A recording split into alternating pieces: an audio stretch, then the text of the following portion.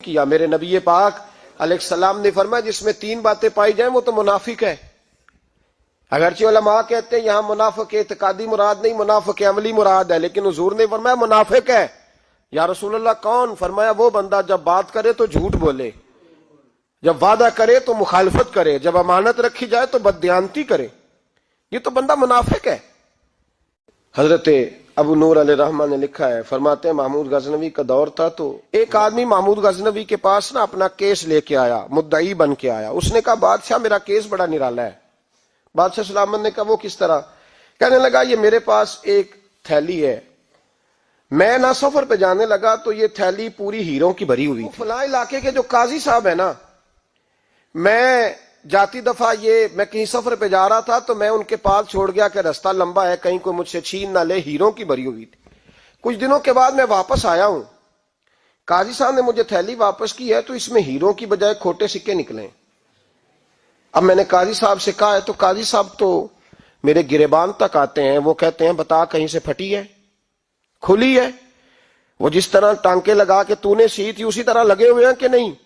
تو حضور لگے بھی بالکل اسی طرح ہے، نہ پھٹی ہے نہ کھلی ہے۔ اب میں لٹ گیا ہوں، میری کل عمر کی کمائی ضائع ہو گئی، کھوٹے سکے کہاں اور ہیرے کہاں؟ تو مہربانی کریں، اور آپ کی بارگاہ میں اللہ رسول کے نام پر حلف دیتا ہوں کہ میں ہوں بالکل سچا۔ محمود غزنوی کہنے لگے تو جا، تھیلی چھوڑ جا، اور جب میں تجھے بلاؤں گا پھر دوبارہ آنا۔ وہ شخص چلا گیا۔ محمود غزنوی اٹھے، دربار برخاست کیا، لوگوں سے کہنے لگے چلے جاؤ، میں 3 دن کے لیے سیر کرنے جا رہا ہوں، 3 دن کے بعد لوٹوں گا۔ اکیلے جب رہ گئے نا محمود دربار میں تو محبوب نے چھری منگائی۔ وہ جس تخت پہ بیٹھتے تھے وہاں گدا بچھا ہوا تھا، یہ گدا پڑا ہے نا، وہ گدا بچھا ہوا، تو محمود نے چھری کے ساتھ اس کو پھاڑ ڈالا اور چھری جیب میں رکھی، نکل گئے۔ کہنے لگے میرے بعد کوئی میرے دربار والے احاطے میں داخل نہ ہو۔ محمود چلے گئے۔ اب وہ صفائی کرنے والا جب آیا نا، اس نے آ کے دیکھا تو گدا تو پھٹا ہوا ہے۔ اس نے شور ڈال دیا، پہرے دار بھی آ گئے، فلاں صاحب بھی آ گئے، فلاں صاحب۔ اس نے کہا او خدا کے بندو، اس کا گدا پھٹ گیا ہے، وہ تو مار ڈالے گا۔ اس نے کہا تھا سوائے صفائی اور نگرانی والے کے دوسرا آئے کوئی نہ، اور یہاں آیا بھی کوئی نہیں، پہلے دن ہی پھٹا ہوا ہے تو لٹکا دے گا سب کو، کیا کریں؟ شور ہو گیا، سارے دربار کے ملازمین اکٹھے ہو گئے۔ ایک بندہ بولا، کہنے لگا فکر نہ کرو، میں کیسے بندے کو جانتا ہوں، اس طرح سیے گا کہ جس نے پھاڑا ہوگا اسے بھی پتہ نہیں چلے گا کہاں سے پھٹا تھا، ایسا بہترین رفو کرے گا کہ پتہ بھی۔ اس نے کہا یار ہم سارے 1 مہینے کی تنخواہ دیتے ہیں، تو بندہ بلا۔ وہ بلا لیا اس کو، اس کا نام محمد رفو گر تھا۔ وہ آیا، اس کو گدا دکھایا، اس کا یار اس طرح سینا پتہ نہ چلے۔ اس نے کہا فکر ہی نہ کرو، میں بڑا کاریگر ہوں۔ محمد رفو گر کہنے لگا اس طرح سیوں گا کہ پھاڑنے والے کو بھی پتہ نہیں۔ ان کا پیسے لے یار تو سی دے۔ اس نے سی دی، اگلے شام ہی لا کے بچھا دیا گدا۔ تیسرے دن بادشاہ سلامت آئے، آ کے پہلی نظر گدے پہ ڈالی۔ اس نے بلایا سب ملازمین کو، کہا کس نے سیا ہے؟ کہا جناب کیا ہوا؟ کہا یہ پھٹا ہوا تھا۔ کس نے؟ کہا نہیں پھٹا ہی نہیں۔ وہ کہنے لگے بنو بات، میں خود پھاڑ کے گیا تھا، تو بتاؤ صحیح سیا کس نے ہے؟ کہا جناب آپ پھاڑ کے گئے تھے تو بتایا کیوں نہیں؟ فرمانے لگے اسی لیے تو بتایا نہیں تھا کہ تم خود تحقیق کر لو، بلاؤ بتاؤ سیا کس نے۔ تو بلا لیا، احمد رفو گر آ گیا۔ اس کو جب بلا کے سامنے بادشاہ کھڑا کیا، کہا بھئی تو نے سیا ہے؟ کہنے لگا حضور آپ کے سارے ملازم کٹھے ہو کے آئے تھے، میری غلطی کوئی نہیں۔ کہا نہیں یار تو بڑا کاریگر ہے، میں نے اپنے ہاتھ سے پھاڑا تھا پر مجھے بھی نہیں پتا چل رہا کہاں سے پھٹا تھا۔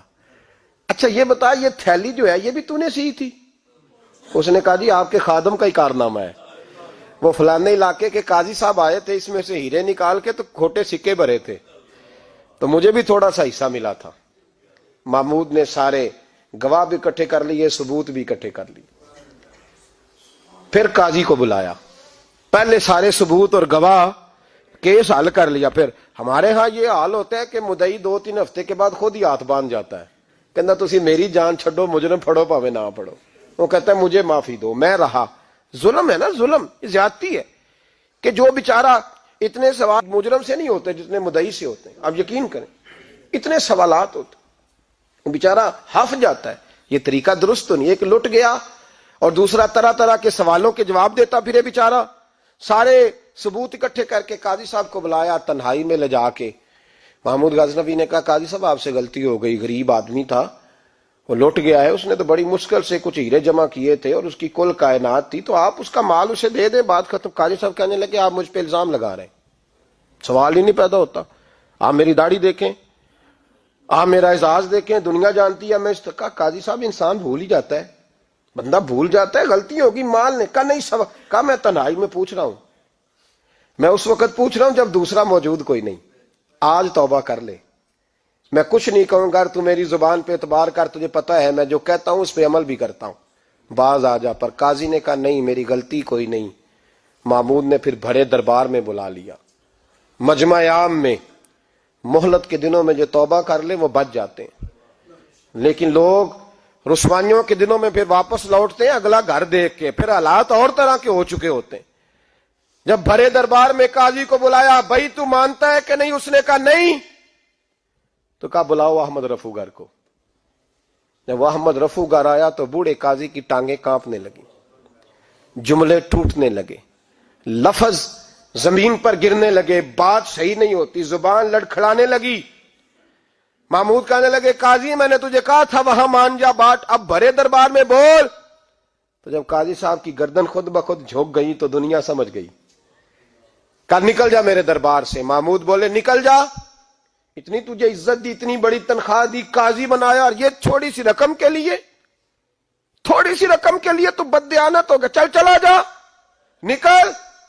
قاضی دربار سے نکلا تو لوگ لعنتیں برسانے لگے۔ کل جو دکانیں چھوڑ کے سلوٹ کرنے آتے تھے وہ کہنے لگے اس کی عمر دیکھو، اس کے کام دیکھو، دیکھو اس نے کیا کیا۔ گھر گیا، بچے جن کے لیے پاپ کمایا تھا، جنہاں لی تو پاپ کمائے ہن کتھے نہیں ہو تیرے کر دے۔ وہ بچے کہنے لگے ابا جی ہم تو سکول مدرسہ جانے کے قابل نہیں رہے، امید تھی کہ بیوی ساتھ دے گی۔ وہ کہنے لگی میں میکے کیسے جاؤں گی، گلی کی عورتیں طرح طرح کی باتیں بنا